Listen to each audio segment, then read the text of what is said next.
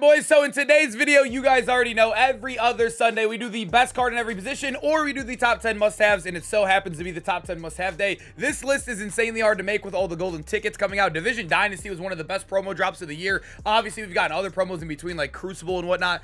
It's going to be a hard one, but if you guys enjoy top 10s like this, make sure you hit that like, hit that subscribe, and let's just jump right into number 10 here. Start off at number 10. This was a guy that was top 5 in the last list we dropped, what, 2 weeks ago? Literally 14 days ago. This guy is still a dog. I think Darrell Revis now is fitting a meta that wasn't as existent 2 weeks ago. It's starting to become the most popular thing in the end game right now. If you guys do not know what I'm talking about, I actually plan on making a video on it and explaining it probably on Monday as well, tomorrow. I think the bottleneck meta is absolutely broken right now. If you guys do not know what this is, if you have 3 bottlenecks and you just send the heat at people, this jams wide receivers literally into the dirt all game. And then when you pair that with a universal coverage, which also, if you're looking at it from the outside perspective, there, you're still running zone, right? He's still amazing because universal coverage is the best X factor when it comes to zone as well. It's one step ahead for man. Every KO for man in zone. It is the best X factor probably in the game. And then you get pick artist and tackle supreme, or secure tackler, basically the same thing. He is absolutely insane. I don't care that he's 98 speed. I don't care that he's 5'11".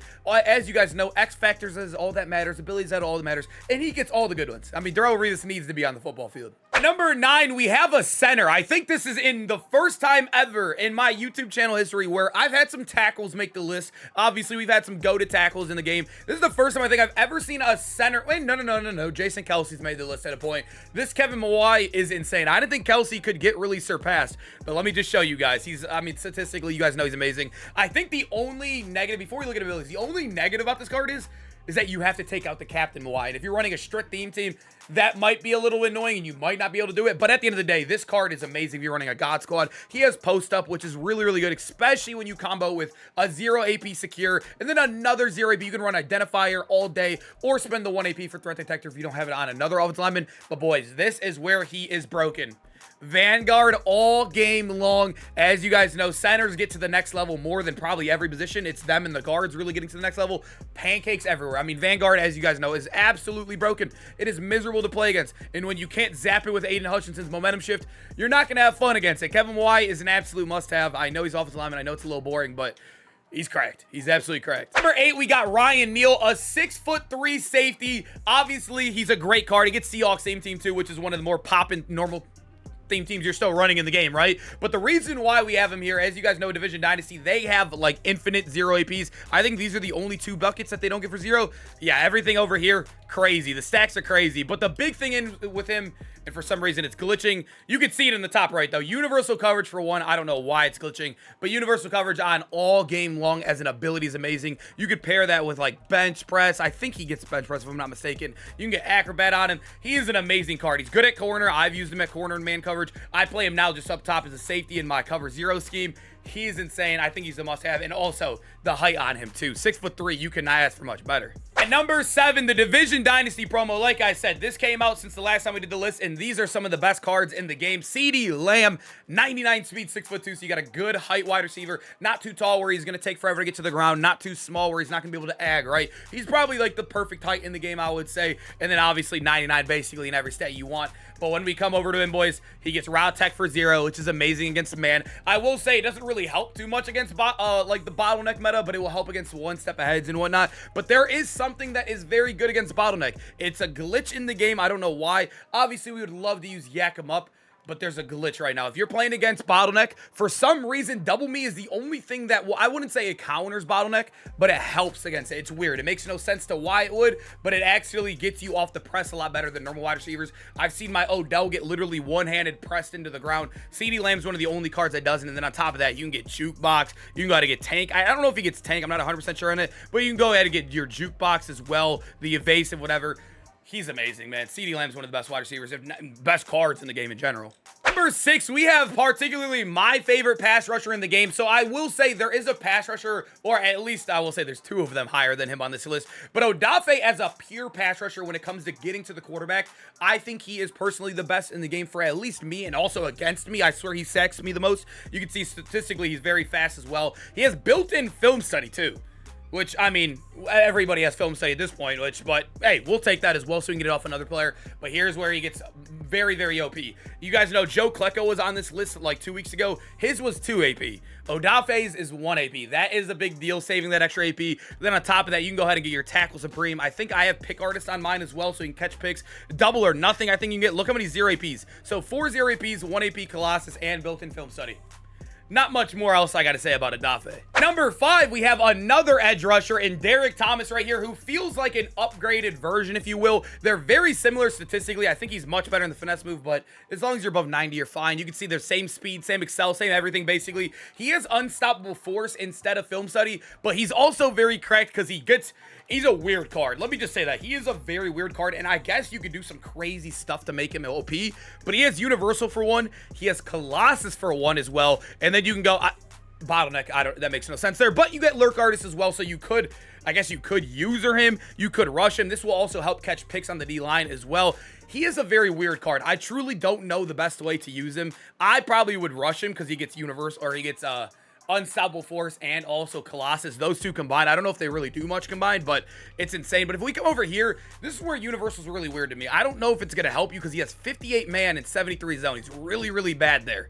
So I probably would just use, I probably wouldn't even waste the 1 AP on Universal unless you're going to man him up on the running backs and stuff. But I think having Colossus, Lurk Artist, and Unstoppable Force for 1 AP, pretty insane, man. I don't know. That's still insane regardless. At number 4, we got Marvin Harrison Jr. I almost said MHJ. It does not sound good. It looks good when you type it, but yeah. Marvin Harrison Jr., this card is amazing. I will say there's actually a lot of people thought the only way to beat Bottleneck was Double Me built in, and also I think it was people were saying max security. We have now figured out that Rack 'em Up also works, which he does, or not Rack 'em Up. They said that, I think Yak 'em Up works as well, if I'm not mistaken, because a lot of people are going back to him. I know in the heavy comp scene, there are people that still run like the super comp scene tournaments, and people are running bottleneck. That's all you're seeing is bottlenecks. So people are bringing Marvin Harrison back, and I've seen him in there. But you can see, I mean, regardless of that, even if you're playing in normal casual, like I am most of the time in head-to-head and MUT champs, you're not going to need like all the crazy, you know, max security and double me guys. So a guy like Marvin Harrison is standing out in the meta regardless. He has the 3 best abilities built in. Tank, evasive, and route tech. You really don't need anything else, but you can, I guess you can go ahead and throw on some random 0 APs. Although the deep elites and whatnot don't really work, they're there. They're free, so you might as well take them. And then on top of that, he gets every theme team. He's 9'9" speed, 6'4". Marvin Harrison's insane. Best wide receiver in the game, in my opinion. Number 3, we got our man Charvarius Ward, and until we can get Kyrie Jackson out of the comp pass, the LTD version, I think Charvarius Ward is the current best corner in the game. Kyrie Jackson, I think, will be available within the next couple of days, though, if I'm not mistaken. He's a 6'4". He gets 3 0 AP X factors, which is insane at corner. But for now, Charvarius is still great. He fits every meta, too. 99 speed. He gets pick artist. But then, as you guys know, you can either run the universal and then put on a bunch of crazy tackles, supremes and whatnot. But what I'm doing and a lot of people are doing is the bottleneck right here. And then on top of that, you're running every single man KO. You can run one step ahead. This is exactly, I'll show you guys exactly what I'm doing. Like I said, the universal for the zone guys. So he's perfect in zone. But when we come to the man, you run bottleneck here. Then you run your one step. You run the deep route KO, medium route KO. And then on top of that, I got bench press. I'm not running short route KO because bottleneck, you're not really getting off of the line of scrimmage. So Charvarius Ward, he's probably the best corner in man. He's the best corner in zone right now until we probably get that Randy Moss corner or Kyrie Jackson once he's available. But for now, Charvarius Ward has to be on the squad, man. This card is way too tough. Number 2, we still got quarterback 1 in the game. He was the number 1 card in this list last time. I still think he is a must-have, but there's a card that actually came in the game that made offense a little bit harder for a lot of people. A lot of people actually hate this card at number 1, so I had to put him there. But Tom Brady, the only negative about this card is that he's 91 speed. That is literally his only negative, but people, you can get like +6, +7 speed on your theme team. I've seen a 99 speed theme team, Tom Brady. It's crazy. You can get +8 speed somehow. I don't know how they do it, but you can do it. And then obviously, as you guys know, he gets a 0 AP stack. 0 AP in everything. Literally in everything. He is the best quarterback in the game. I think we all know that at this point. The thing with Tom Brady, I think the only annoying part is if you want to go with like a trust guy, you probably would go RG3. He has the best release in the game as well. There's really not much to argue Tom Brady, man. This card is absolutely just dominant in the game. Probably one of the best quarterbacks I've ever seen in MUT, if not the best one. It's just hard to put him as the best quarterback of all time because of how late he came out in the year, you know? At number 1, as you guys know, there's a card in the game that has made offense a lot harder for a lot of people. Statistically, he's very, very good as well. 97 speed's really good. 95 excel. He's going to catch up to a lot of the quarterbacks. Aiden Hutchinson, we're not here for really the abilities because I've showed you Odafe. Odafe and our guy, Derek, I would say Derek Brooks. Derek Thomas is also amazing, right? He gets dual threat, which is kind of like unstoppable force in the game. A bunch of 0 APs, which is really, really good.